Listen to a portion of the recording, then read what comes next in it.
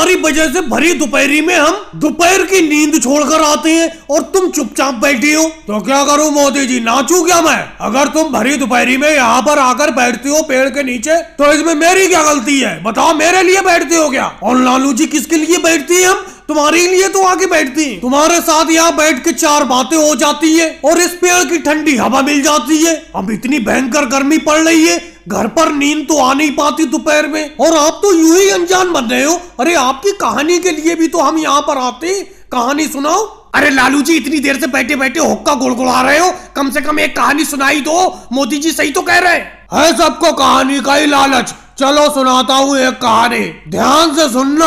एक बार अपने गांव में ऐसी गर्मी पड़ी जैसी इस साल गर्मी पड़ रही है। तालाब, नदी, नाले सब सूख गए, चारों तरफ बर्फ ही बर्फ गिरती थी। बस जहाँ देखो गांव में बर्फ नजर आ रही थी, इतनी भयंकर गर्मी पड़ी। अरे लालू जी, कहानी को कहाँ ले गए? कहाँ बर्फ, कहाँ गर्मी? गर्मी की कहानी सुना रहे हो, गर्मी में बर्फ कहाँ से गिरने लगी? अगले में साफ साफ अभी बता देता हूँ, गर्मी बहुत ज्यादा पड़ रही है। कहानी सुनाते वक्त भी मेरा दिमाग सही तरीके से काम नहीं कर रहा है, इसीलिए शब्द थोड़े से इधर उधर हो सकते हैं। अरे लालू जी, थोड़े बहुत शब्द इधर उधर हो सकते हैं, चलो मान लेंगे। आपने तो मौसम ही बदल दिया। गर्मी की कहानी सुना रहे थे, गर्मी में आपने बर्फ गिरा दी। चलो दूसरी कहानी सुना देता हूँ, ये वाली कहानी छोड़ो। एक बार की बात है, अपने गाँव में बहुत बिकट ठंड पड़ी, कड़ाके की ठंड। सारे नदी, नाले, तालाब सब बर्फ से जम गए। जो भी घर से बाहर आता लू का एक तमाचा खाता। प्यास से आदमियों के गले खुशक होने लगे।